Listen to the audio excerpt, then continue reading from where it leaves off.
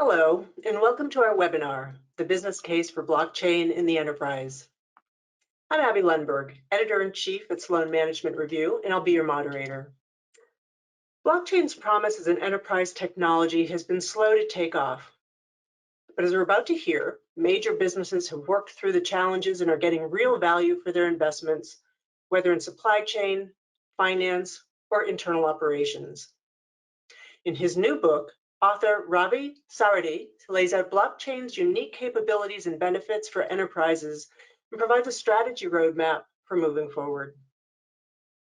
In this webinar, you'll learn how to overcome the organizational challenges of incorporating blockchain into your operations, the importance of government regulation of cryptocurrencies and where things stand today, what's getting in the way of blockchain interoperability, and why the most effective cost-benefit case for setting up a blockchain goes beyond pure financial ROI. Ravi Sarathy is a professor of international business and strategy at the Damore McKim School of Business at Northeastern University. He's the author of Enterprise Strategy for Blockchain, Lessons in Disruption from FinTech, Supply Chains, and Consumer Industries, which is part of our Management on the Cutting Edge book series with MIT Press. By attending this webinar, you'll receive a link to Ravi's book so you can learn more. Welcome, Ravi. Good morning, everyone. I'm delighted to be able to talk to you about blockchain today. I am pretty sure that almost all of you are very knowledgeable about blockchain. So I hope that we can learn together today about really two themes from my book. One, enterprise usage of blockchain, to what extent it can be stimulated, what steps, strategic steps might help enterprises adopt blockchain. And then the second theme I want to talk about is the move from cryptocurrencies to official digital coins, what are known as central bank digital currencies. I think both of these themes are fairly critical for the future of blockchain. Now, as you all know, blockchain began to be used extensively when Bitcoin was introduced in mid-2009. And a little bit later when Ethereum came along. And so most people who deal with cryptocurrencies indirectly or directly deal with blockchain. But what's interesting is there's not been the same level of adoption and enthusiasm about blockchain. Now, there are, of course, quite a few interesting enterprise cases. For example, TradeLens, which is a fairly well-established blockchain-based supply chain monitoring application between IBM and Maersk, the container company. And it's been used for monitoring shipments from the time it leaves a port to the time it arrives at another port. And it's very effective in terms of providing consistent data to all users, reducing delays and disputes and so forth. You've probably all heard of NBA Top Shot. When the pandemic happened, the NBA had to shut down. And in order to keep user engagement, customer engagement with basketball and the NBA alive, they introduced NFT-based NBA Top Shots, which is very, very successful, with many of these video clips embedded in an NFT, commanding fairly high prices driven by engaged NBA enthusiasts and collectors. Similarly, there's Filecoin, one of the, I think, most innovative applications in blockchain, where you have a blockchain-based market where different entities provide storage, cloud storage, and then other customers use an auction mechanism to decide where to launch and store their files and under what conditions, how many mirror sites, etc. There's also Axie Infinity, a video game that is based inside a blockchain where gamers can actually add modules to the game and get rewarded in tokens within the Axie Infinity game. And then, of course, also game rewards for being successful at game playing. So there are a number of interesting applications across different kinds of industries. But overall, I think Gartner, for example, in looking at the hype chain for blockchain, has indicated that there is still some time to go before blockchain becomes more central in the application space within enterprises. And the interesting question is why is that? And I think there's really three reasons to think about that. And before I do that, perhaps I can ask you a question about blockchain itself. What do you think about blockchain in terms of enterprises? Is it mostly hype? Is it good for specific uses? Payments, for example? Is it significant promise based on the cases I've just mentioned, so that it's just a matter of time? Or is it something that's really going to replace most legacy applications and become the basis of enterprise computing and applications? So Ravi, I don't know if you can see the results here, but what we're seeing is 45% said that there is considerable promise. That's followed by 31% saying some potential. A whole 21% said that they think it's going to be a significant breakthrough technology for enterprises, and only 2% said little to no value. That's very good to know, because I'm exactly of that opinion, that even though blockchain has not been adopted by enterprises at scale, there's significant promise, and it's only a matter of time, and it's partly useful for enterprises to think about how to move along. As I said, there are some reasons why technology and economic and organizational impediments have led to a somewhat slow adoption of blockchain. I think in the technological area, you're all familiar with the classic trilemma that Vitalik Buterin put forth some years ago about the trade-off between speed and scalability and decentralization or privacy. And clearly that's one problem, that enterprises need high volume applications, and increasing security slows speed, and increasing decentralization for better validation also perhaps compromises privacy and slows down applications. I think another rather large reason is interoperability.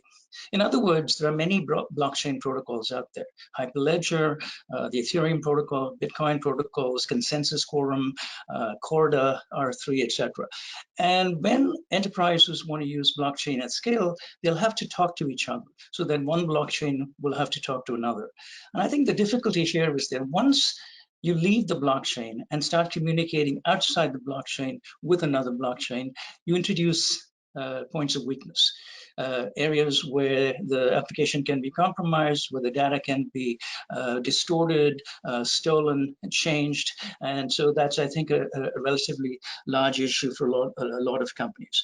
I think there are also some issues with tokenization, particularly when you don't have native tokens inside a blockchain, but when you have assets outside the blockchain, real assets, for example, which are being tokenized and then introduced into the blockchain for the transacting between the various network nodes in the blockchain. So I think this tokenization can be a point of failure also, and requires a fair amount of security and caution in order to move in this direction. In the economic arena, I think the biggest question is, look, this is a brand new technology. It requires resources to create networks, put in encryption software, teach people about public and private keys. And then, of course, there are legacy applications to consider. Sometimes legacy applications are working fine. So the issue becomes, why break it if it's not, why fix it if it's not broken? And so very often companies will have to coexist with running legacy applications side by side with the new blockchain applications. And so I think when you have that sort of situation, it adds to costs. And it's also very difficult to easily quantify the results, particularly if the results are mostly avoiding security dangers, avoiding hacks, reducing costs by perhaps avoiding intermediaries. So it's much harder to quantify, I think, the benefits of blockchain, but it is essential, because otherwise hard-headed CIOs and CFOs may say, wait a moment, I don't see why I should be giving you $5 million for a year in order to try to launch a pilot, and then I don't know what the results might look like. So that is, I think, certainly an issue. And then the third issue is organizational. Fundamentally, I think we're trying to change corporate culture. When you move to a blockchain, you're really moving to decentralized nodes. And very often, you're going to be not only decentralized within the organization, so that you're moving away from hierarchy, but you're also decentralized in terms of nodes where you're connecting with people outside your organization. And so it's a uncomfortable approach to doing business. Organizations have typically adopted hierarchical approaches, and so it becomes much harder for them to accept that in a blockchain arena, they'll have to create perhaps permission nodes within a blockchain with different degrees of read-write access, and thus control to some extent their level of discomfort with moving to these blockchain applications. So obviously, how do we decide which use cases should be encouraged or emphasized? I think the answer is really in trying to match the two sides. On the one side, all of you are familiar with the very many unique capabilities of blockchain, secure encryption, for example, verified identity. Obviously, the validation mechanisms make it easy to detect tampering, the fact that you have peer-to-peer networks, etc. Right? So the left-hand side discusses these major features of blockchain. On the right-hand side, we have the desired use cases. So that if I have use cases where I really want to protect the data and the processes, guard against hacks. For example, in my book, I talk about the colonial hack that happened sometime earlier this year, where the entire gas pipeline from the south to the eastern states had to be shut down because of a hack and ransomware demands. And this was not just a few hours, this lasted days. And so there is really a fairly fundamental issue for large companies, which are very data intensive, to be secure in their processes and data. There's also the idea of transaction repudiation and preventing double spend, particularly when you're exchanging value within networks. And of course, that's a benefit of blockchain. If you want to avoid intermediaries, for example, Spotify is a very interesting application that we all use, I think. But one of the problems with Spotify is that, relatively speaking, less value accrues to the actual creators, the people who make the music.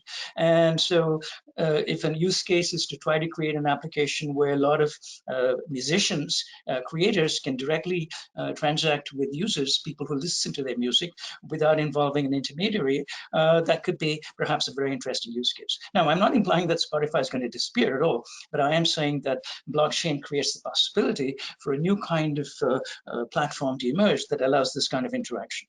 Then there's payment against delivery. Very often when you think of the way internet currently is used with value exchange, you have two parallel tracks. One track where you actually do the commercial transaction, and then a second track where the payment happens. And very often that payment also uses intermediaries such as a credit card company, debit card, Venmo, etc.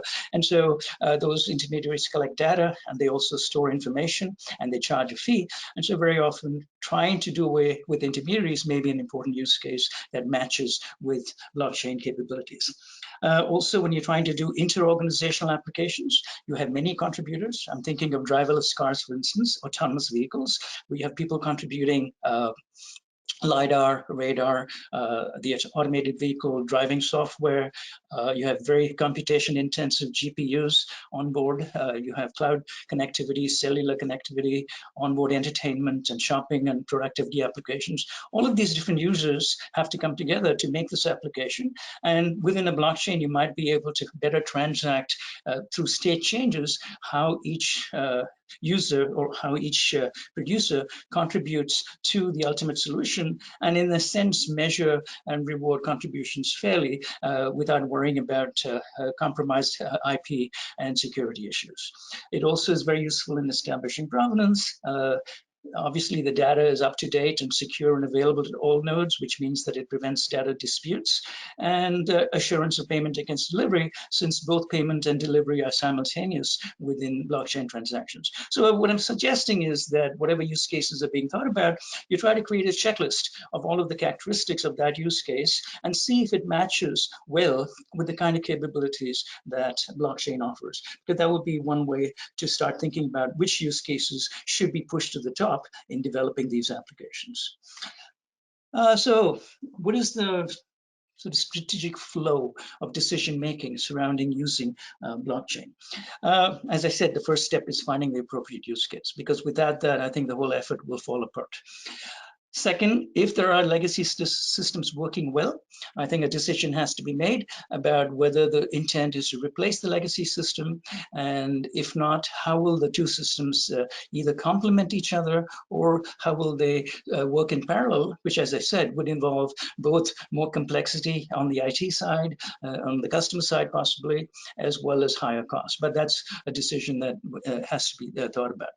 A third would be to think about whether the emphasis will be on primarily internal applications of blockchain, for example, in a manufacturing setting, using blockchain to track parts as they're worked on, so that you can prove that certain processes have been followed, certain safety standards have been complied with, certain tolerances have been measured and verified.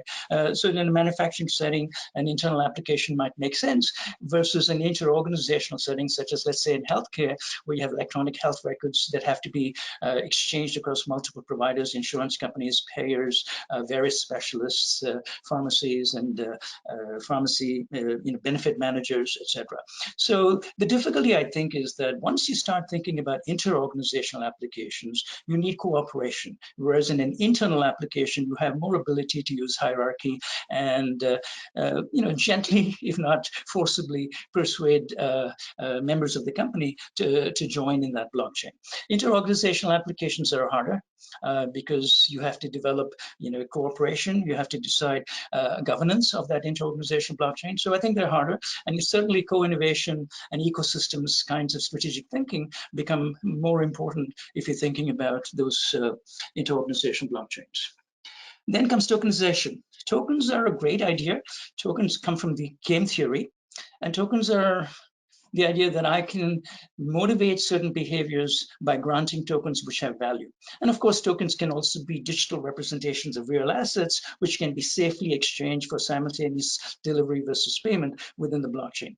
Nevertheless, you have to think about how much will I use tokens, what kinds of tokens will I use, native tokens or tokens that are digital representations of physical assets, and how do I decide the level of tokens to be used for rewards. And in general, a token strategy is really needed as part of the blockchain development. Then, as I said, economics come into the picture. Cost-benefit analysis of some sort, such as total cost of ownership, perhaps, or avoided costs. If you have revenues being generated by the blockchain application, then you can actually probably calculate ROI. But all of these need to be thought about and probably at least scenario analysis conducted, so that we can present to the people who have the budget to approve these kinds of projects that here are the estimated benefits from these applications. Then comes preparing the organization. This is both a matter of human resources, obtaining skilled blockchain experts, programmers, blockchain project managers, as well as, I suspect, champions at higher levels within the organization. People at the top management level, top management team, who understand enough about blockchain to be able to provide some support during the period of the pilot study, which might be 6 months, a year, so that you can go ahead and freely develop the prototype, run the pilots, develop the results without feeling pressure, because you know that you have a certain window of time in which to try to show the results. Then a lot of technological choices need to be made, such as choosing protocols. There are many specialized protocols available depending upon the kind of application you want to choose. The consensus mechanism, as we all know, proof of work has been the standard for quite some time, particularly in blockchain, in Bitcoin. And most recently, Ethereum moved away from proof of work to proof of stake. And so there are some very interesting choices to be made, particularly in a permission network, where there are fewer nodes which are highly trusted. So in a permission network, can validation schemes be less computation intensive and become much faster? Algorand, for example, is one such approach where you have individual transactions being validated rather than blocks, and they use sort of a proof of stake approach, really. And it's a very interesting algorithm. Also, but they use smart contracts, which has a number of issues, primarily dealing with the source of data, external data from oracles, which trigger smart contracts, and whether those connections can be trusted and secure. open source, because a lot of blockchain software programs are available on GitHub. And so to what extent will you be able to draw on open source applications to be able to put together a mashup, in a sense, of the final application? And then also user interfaces, because remember, we're moving to something very new, and a lot of users have almost no experience. And so we need to make it very painless, very easy to use, so that people are willing to adopt it rather than being reluctant to interact with it. And then, of course, the last step, learning from the pilots, because the learning will help you then develop the next generation of iterative improvement in the application until you get to commercial scale. And as part of this, you might want to think about the role of data and analytics, because the blockchain is likely to develop a lot of data.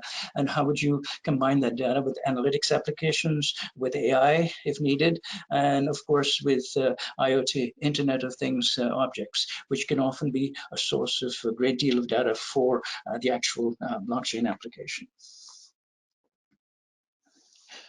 Now I want to switch gears and talk a little bit about this whole area of cryptocurrencies and what lies ahead.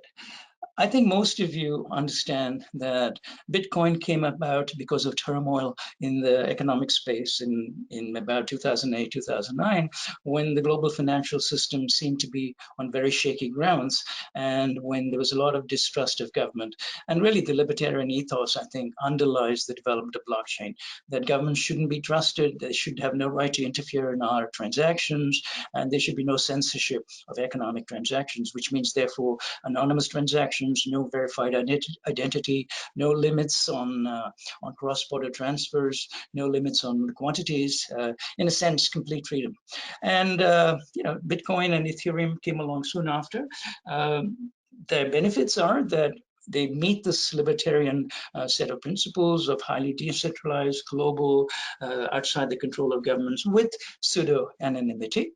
And they use fairly robust encryption, 256-bit encryption, SHA, and proof of work, which is, of course, computation intensive, somewhat slow in transaction validation, and as we all know, also very energy intensive. And with Ethereum, the ability to interact by linking to smart contracts, automated execution of agreements, programmable money, so that you can attach conditions to the transfer of value with instant settlement upon completion of the transaction. However, as we all know, digital currencies have been incredibly volatile. Just in the last year to 18 months, Bitcoin has gone from about a high of 70,000 to a low of 20,000 roughly. And similarly with Ethereum and most of the other cryptocurrencies out there. Which means it's hard to think of it as a transaction vehicle hard to think of it as money, because money typically is thought of as a unit of account, a store of value, and a means of exchange. And I think these cryptocurrencies have many merits, but they don't quite meet the needs of what constitutes money for day-to-day economic transactions. And that's when stable coins came along. Okay, and we have really two kinds of stable coins, some based on fiat currency reserves, Tether, though there's some question about the quality of Tether's reserves, USD coin, Binance, etc. And then we have algorithmic coins, the best known of which in recent times is the whole issue of Terra and Luna. As you know, Terra came across as a stable coin tied to Luna with algorithms that would allow you to burn either Terra or to burn Luna in order to keep the parity stable, and Luna in turn was backed by reserves of Bitcoin and other cryptocurrencies. So it was a closed circle entirely within the cryptocurrency area. And what happens with these algorithmic stablecoins such as Maker DAI is that the collateral ratio is very important. Maker typically starts off with a high collateral ratio, so that if you have 150, let's say, Bitcoin in collateral, you're only allowed to issue the equivalent of 100 Bitcoin in a DAI, which is meant to be kept at parity 1-to-1. And then there are bots as well as market makers inside the maker universe that use arbitrage to buy and sell and keep the parity. The problem, of course, is if one loses faith in the collateral itself, as happened with Terra and Luna, then there's a one-way market. The arbitrageurs are reluctant to step in because they see the decline as being relatively fast, and they're afraid to lose money in trying to do the arbitrage, and one gets into a death spiral.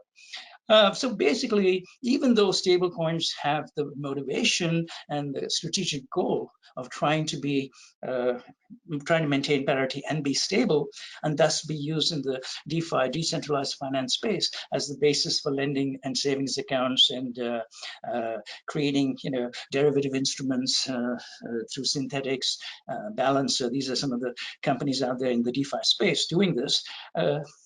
They don't seem to work very well. And the issue becomes, how do we try to use the value of digital currencies in the economic space without the volatility? Okay?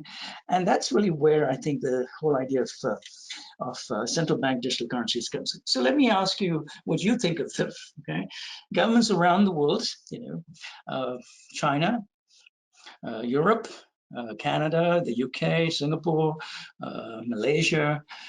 Most recently, India issued a position paper on the digital rupee. So what do you think? Do you agree that your nation, whether you're from the US or elsewhere, should launch CBDC, a central bank digital currency? Do you strongly agree? Neither agree, nor disagree, strongly disagree? And it's an important question because it's not just going to affect a few people, it's going to affect entire populations of countries. It'll affect companies doing business. It'll affect intergovernmental economic relationships.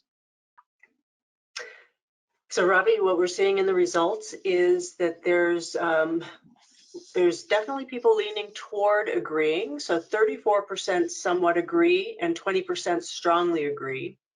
22% are sort of on the fence, neither agreeing nor disagreeing, and only collective 23% disagree. So 10% somewhat and 13% strongly.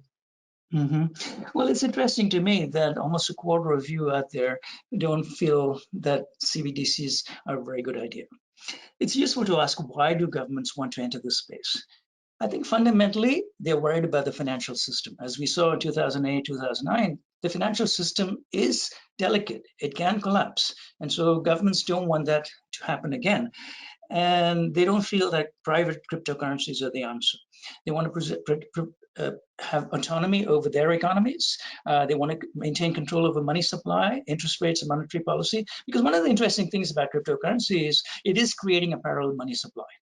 Okay, especially when you have lending instruments and when you have high interest rates being promised by some of these DeFi operators. So you're really growing the money supply outside of the control of government, which has impact ultimately when the two systems, the official digital fiat currency system and the official fiat currency system and the cryptocurrency system, when they start interacting, that's when the money supply gets affected. And then there's also, of course, the issue of what is money being used for. Current systems have a lot of regulatory principles such as know your customer, anti-money laundering, preventing human trafficking and weapons dealing and so forth.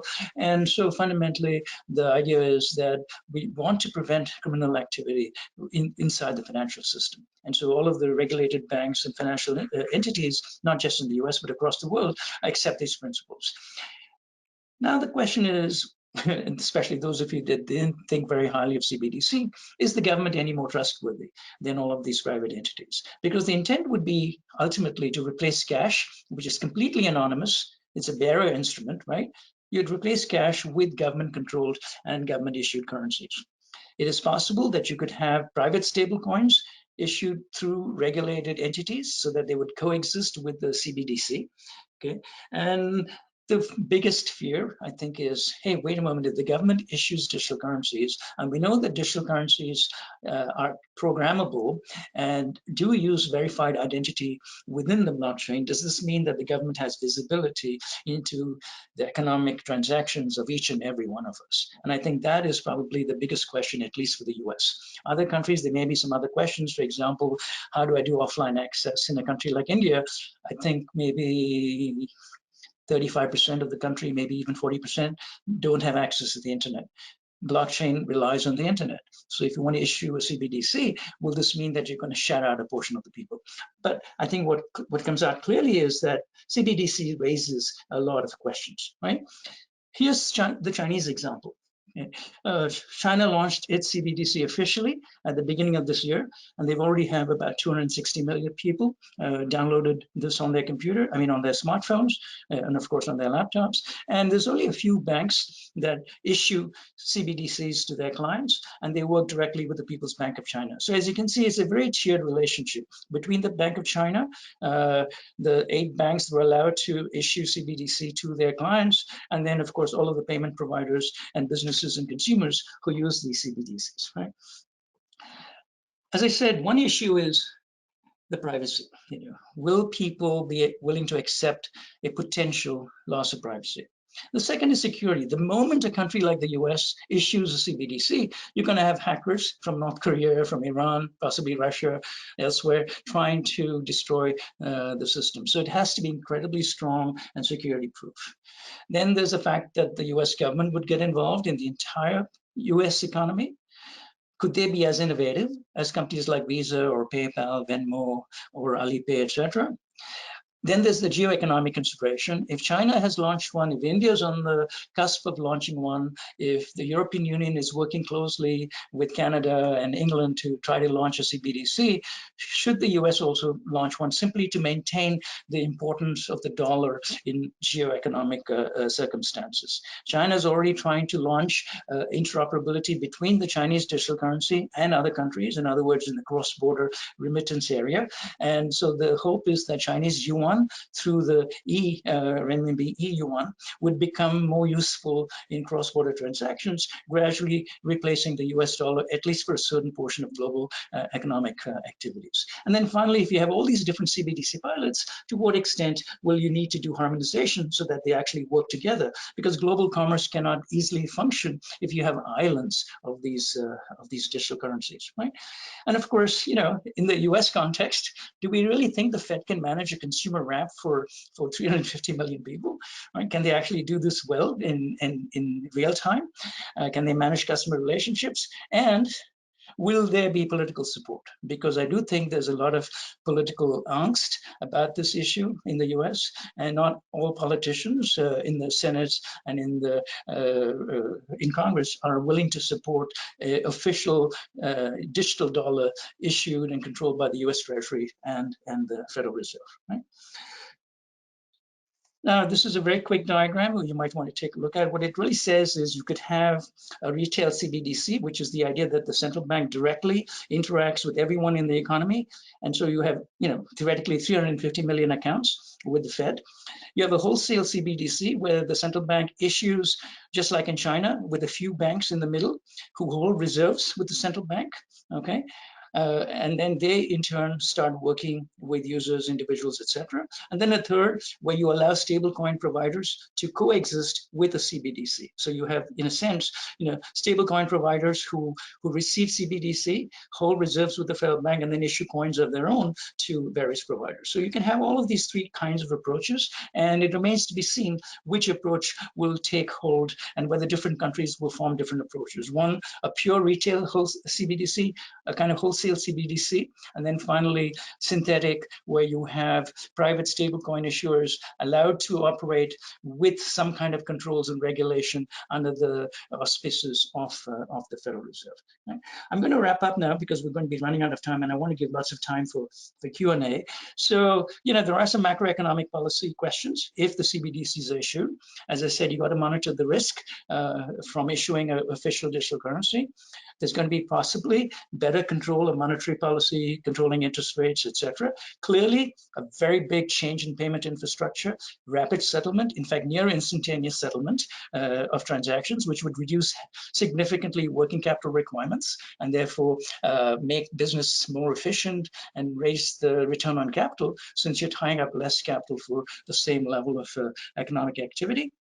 A major question would be how well can it rationalize cross-border payments, which are currently, opaque and costly and time-consuming. So if you could have fairly quick, almost instant cross-border payments at low transaction costs, that would be a huge boon to cross-border trade, right? You also want to prevent oligopolies. If we allow stablecoins to coexist with CBDCs, you don't want one or two companies dominating that space. Okay, the way currently Visa and MasterCard essentially dominate the credit card space in terms of managing the entire global credit card network. So there is a question of, if we have digital currencies, how do we maintain competition within the payment space so that we don't end up with a situation of a few companies dominating global payments? How do you preserve monetary independence? And finally, as I said, this whole issue of geopolitical consequences. Okay, good. There are lots of implications for companies, because ultimately, this is about strategy at the individual company level. So companies have to ask, how will this affect payments? Okay. They will have more control over payments because they'll be interacting directly with customers without intermediaries such as a bank or a credit card company or Apple Pay perhaps. As I said, there'll be working capital implications, reduce working capital. They could link their currency with smart contracts, which would make for much more personalized interactions with customers. They would have to think about the privacy question, which I've already raised. Most consumers would be worried about, what will be the nature of data stored about all of my economic transactions with all of these different entities. They'll have to, I think, meet KYC and other kinds of compliance questions. However, the benefit is they would be able to access global customers because you'd be assuming to use one or two CBDCs across the entire global market. There's also the financial inclusion question, which is the idea that the unbanked, particularly if you have offline access, where you can transact with your smartphone or your feature phone without having access to the internet. If that is possible, that'll open up an enormous amount of access among the unbanked to the financial system, right?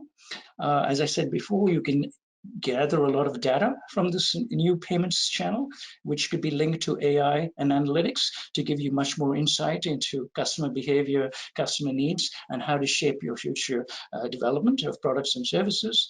Obviously, you'd have to have very high security, which means investment both in personnel as well as in capital for your network operations and cryptographic security. And so it's important, I think, for all of us to think about pilots and start learning how to work in the system rather than wait for it to be official, by which time some of your competitors could have moved on by learning and readying themselves for production at scale. Right? So just a few things to think about there, Ravi. Yeah. Okay. So I've talked rather, covered a lot of ground, and I'd like to hear from you, see what kinds of questions and thoughts you have. But here's a slide that summarizes the book. As you can see, there's an introduction with 7 other chapters. So what I've talked about today is really, a couple of major themes in the book, but there's a lot more in it, and I hope you get a lot of benefit from it. Yes, and I will say to the audience, I know we covered a lot of content right there, but you will have access to the slides, you will have access to the video to replay. Maybe you could slow it down a little bit and play it at a lower speed, because that was so much to take in and so interesting, Ravi. So thank you very much for all of that great content. And we do have some fabulous questions coming in.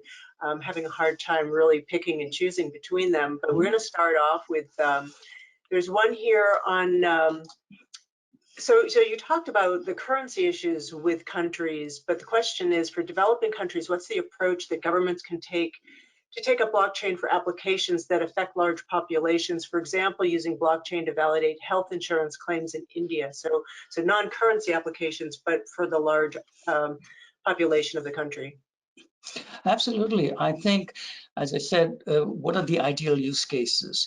You want use cases where there's a fair amount of data The data has to be updated in real time, it has to be accurate, and it has to be shared. And I think electronic health records are an absolutely perfect example of that kind of application. The difficulty, of course, is harmonization, so that you need very many different entities. As I said, the healthcare payer, possibly an insurance company, the people who provide the care, the doctors and the hospitals. There are the pharmacy benefit managers. And so when you have 3 or 4 different caretakers, caregivers, from individual doctors to specialists to hospitals, they all have to share those records, update them, and have a similar format so that they can be easily kept within the blockchain. So in order to design that kind of blockchain, you need to first think about what is the format that I'm going to create for the data so that it can be easily updated and shared. And then secondly, what is the privacy issue?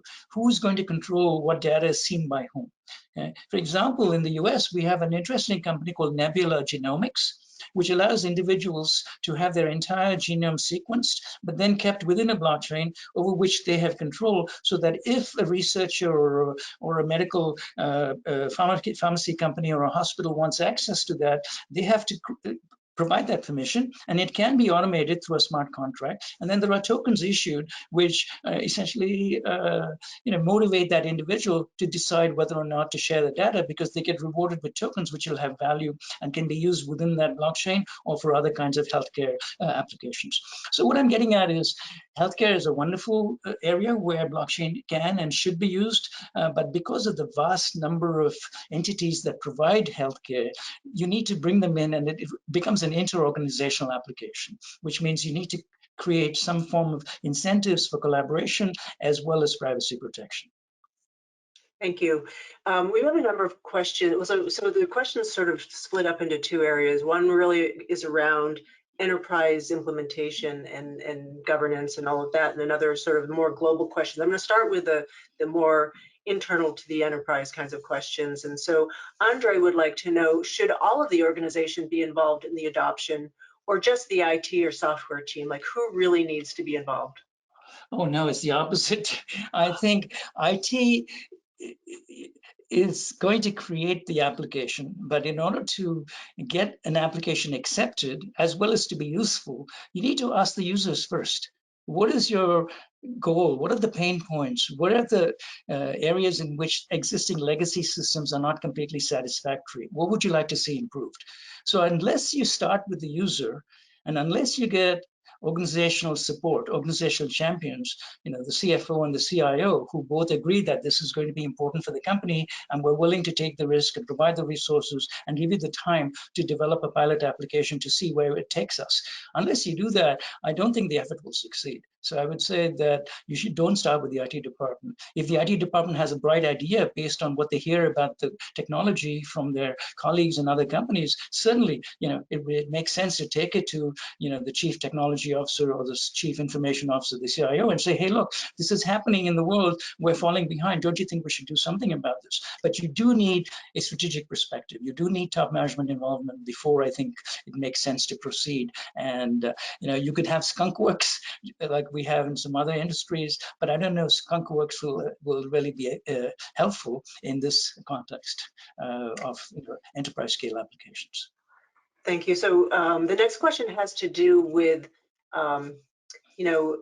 as business becomes more interconnected and organizations are participating in these different ecosystems, the question is around governance. So Regis wants to know, so you said, you rightly pointed out that companies are used to having hierarchical control over their information systems. With a cross-organizational system, governance by infrastructure, in other words, smart contracts, and governance of the infrastructure, development and maintenance of the code behind the network are key elements. What are your recommendations to managers for addressing these 2 levels of governance? I think governance is one of the hidden benefits of blockchain. You've all heard of DAO, decentralized autonomous organizations, right? One of the things about a decentralized autonomous organization is, how do you prevent certain actors from taking control? Because the whole principle of a blockchain is decentralization brings efficiency, it brings security, it prevents tampering. But in an organization that has been hierarchical for a long while, I think the difficulty is how much decentralization to accept, and what happens if DAO creates very slow governance. Because remember, in a DAO, you need to have a majority of the token holders, a majority of the governance token holders to agree on changes. And in my book, I talk about Aragon. Aragon is a blockchain startup, if you will, that specializes in creating governance mechanisms and governance schemes. So, there's a lot to go into it, and I don't know if that it's easy to parse all that in a very short amount of time. But my recommendation would be that if you get a chance, look up Aragon, ARAGON, and there are other similar organizations like that. But Aragon is, I think, a very interesting point of starting. And look up how they try to create a governance that is fairly efficient and speedy in terms of decision making, while at the same time not disenfranchising decentralization. So, because what you don't want is a blockchain which becomes nothing but the old hierarchical organization, and in a sense just it gives up on the potential benefits of having a more inclusive approach to governance.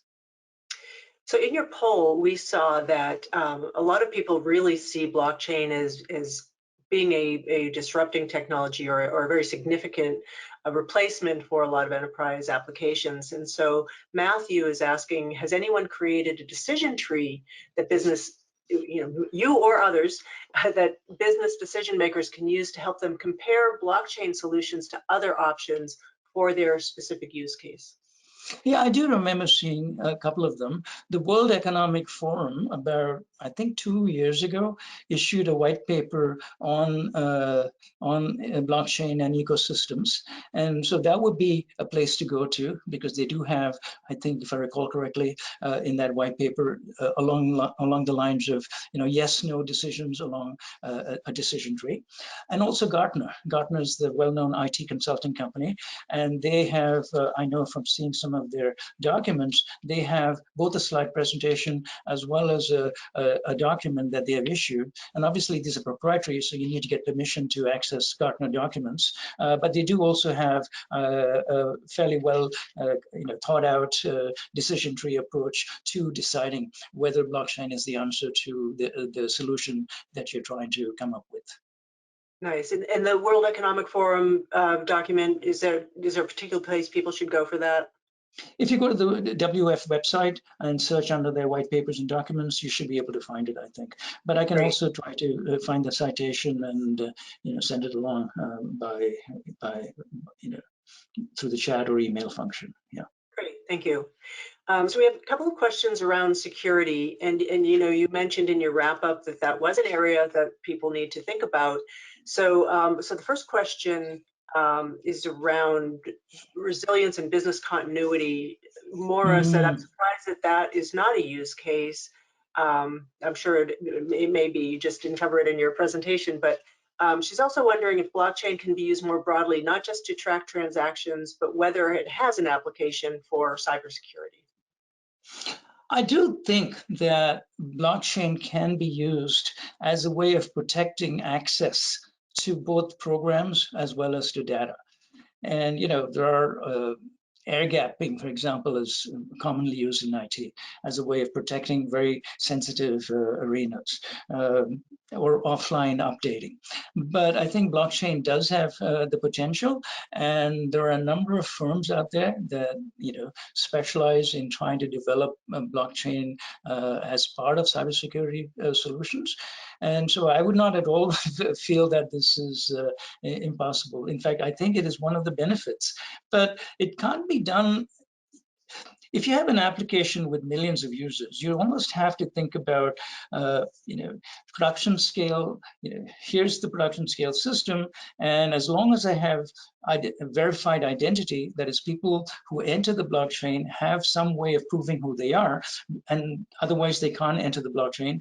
And then once they enter the blockchain, there is a token-based incentive to not cheat, because the token incentive system has to be conceived of in a way that cheating is more costly for them than adhering to the rules of the blockchain and benefiting from the tokens. So I think that's why tokens are such a big part of blockchain. Tokens actually are meant to discourage malfeasance by making it, for example, in Bitcoin, if you want to take over 50% of the network, the cost involved in that proof of work network is so high that it makes no sense for anybody to try to do that. And that's why even today, after 12 years, the Bitcoin network itself has not been hacked. The wallets have been hacked, but the wallets are outside the system. They're outside the blockchain. That's where they can be hacked. And that's really poor user processes. Because if I'm a user, I should protect my private key, because without the public key and the private key shaking hands, the transaction cannot be validated.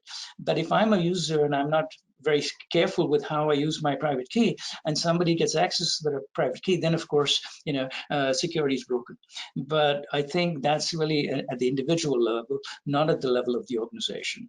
Now, there are occasional cases where in blockchain systems, for example, I remember reading about Axie Infinity, the game company, and they had a Ronin blockchain that they created, and they created a token specific to Ronin. But the Ronin blockchain program itself had some flaws, and that's why the Ronin blockchain got hacked. But again, that's a programmer issue. If you're going to use blockchain, you need to have it audited very carefully before it goes into production mode. Sort of in a related question, other than what you've just covered, what are the vulnerabilities present in the tokenization of real assets? Well, you're taking something of value, so say a real estate, a building, a commercial building, which might be worth $100 million, right? There's a company called Asset Block that does this. So you take a $100 million building and you divide it into 1 million tokens. And then those tokens can be transacted on the blockchain. So instead of buying and selling the entire building, you can buy and sell a portion of the building based on the number of tokens you own. The biggest point of failure is when those 100 million tokens that represent that building are being created and entered into the blockchain. Supposing somebody actually creates 120 million, then the value of the token has been compromised because there are 20 million fake tokens out there. So I think that's the real problem. Taking a physical asset outside the blockchain, tokenizing it and putting it into the blockchain has to be done with a very careful set of security and auditing procedures. If we don't have those security and auditing, then it's like the old garbage in, garbage out idea for IT. If you're going to have real assets being tokenized, that's something that you have to pay a lot of attention to. It's much easier when the asset is being created for the first time. So that if I'm a developer and I've just got title to land and I'm creating a whole new development of 100 houses, that can be tokenized much more easily than something that's been around for 50 or 60 years. Because then I have to go back and trace the entire title search to make sure that the token in fact gives you title to that asset that I'm tokenizing. So you can see from the example I'm suggesting that this is a point of failure, and it has to be carefully thought about before you actually use the blockchain for that purpose. I can't believe how many questions we've got for you, Ravi. They're just pouring in, and we definitely won't have time for, I think we have time for 1 or 2 more. So there's a number of them around the central bank currency question. Will the central bank digital currencies replace stable coins, private bank-owned stable coins, or the other way around? How do you see standardized transactions, data, value, security, and international bank issued cryptocurrency? I mean, there's just so many. I don't know how to pick which one to ask you. So maybe you can sort of think about what you see as the most pressing issue around the central bank currencies and what people should be thinking about. Okay, I do feel that a hybrid system would be the best, because I do feel that most central banks, their expertise is not retail. It's not managing customer relationships with millions of end users. So I think the better solution would be to work with stablecoin issuers. And the real problem with stablecoins is the reserves. If I'm issuing 100 million stablecoins, and I'm saying these 100 million stablecoins are meant to be worth 1-to-1 parity with the US dollar, then ideally I should have $100 million in a segregated bank account at the Fed. so that we know that that 100 million tokens, stablecoin tokens, are worth 100 million that have been protected and put away somewhere, right? So I think the whole goal of a hybrid system is to allow many different private stablecoin providers to compete against each other and to offer additional services on top of their stablecoins, as long as they are regulated by the official monetary authority of that country. And the regulation has to be twofold. One, do you have enough reserves in there so that if there's a run on your stable coin, it will not collapse the stable coin, as happened with Terra, USD, a few months ago. And then the second is, because it's a private entity, to what extent are you conforming to the rules of the global financial system? Now, this is a controversial point because many cryptocurrency enthusiasts don't like the idea of censorship. Censorship meaning, if I'm trying to send money to someone and the US government or some other government feels that this is an illegal transaction, they can stop it. And all of the big banks in the US all comply with laws that the US has concerning, what money is being sent out and to whom, know your customer kinds of regulations. So I think that as long as the stablecoin world is willing to accept the need for certain levels of regulation, which, by the way, also makes the consumer, I think, trust the stablecoins, because the number of problems we've had recently with some of these stablecoins, I'm sure, has diminished the confidence of the the average digital currency user, who's begun to wonder, is my money safe? Is this a good idea? And that may explain why the prices have collapsed of some of these currencies, because there's less demand for them than they used to be, right? So I think that's the heart of it. I am personally in favor of a hybrid system with the Treasury or the US Federal Reserve or the monetary authority of any country interacting with the regulated, secure with reserves stablecoin providers, and then letting them go out and compete against each other and interact directly with consumers. That, I think, would be the ideal system. For our final question, Ravi, I'm going to come back to the enterprise topic, and we had a lot of questions from different industries, but I'm going to pick this one because I think if the answer to this one will answer questions for a lot of people. And this is from Maura, who's in the defense industry. She says, super important for me to know if blockchain can be used to protect secret sauce IP and modular open systems architecture. And I'm just going to wrap that up with a final question, which is, when will blockchain be ready for prime time at enterprise scale? Okay, I think the defense industry is probably one of the best areas for blockchain application, because remember, in blockchain, you don't have to have completely decentralized, unpermissioned nodes. Unpermissioned is the classic idea of blockchain, where anybody can join the blockchain and operate. That's Bitcoin. Permission nodes are where you trade off a certain level of benefits of pure decentralization for the sake of, I know these people, these nodes are trusted people, these are defense contractors, I've worked with them for a long time, so I can work with them. And then the second is, what I think is implied in this defense question, is that you have private blockchains interacting with public blockchains. And I think that's, again, the interoperability question. The private blockchain, where the IP is critical to be protected, that is done with permission nodes inside the private blockchain. And then when that interacts with the public blockchain, how do you tokenize? And in my book, I talk about some of these approaches to interoperability. Two companies come to mind. One is called Polkadot. Okay, and Polkadot's a fascinating company in terms of how they approach this interoperability issue. And the other one, I think, is quantum overlayer, if I recall correctly. And that's, both of these are mentioned in my book when I talk about some of these technological obstacles in resolution. So I would suggest that thinking about making sure that you have a private permission blockchain, and then you have the bridge from the private to the public blockchain using some of these new interoperability advances that I do think are, I don't know if they're completely secure as yet, but they're certainly a big evolution in that direction.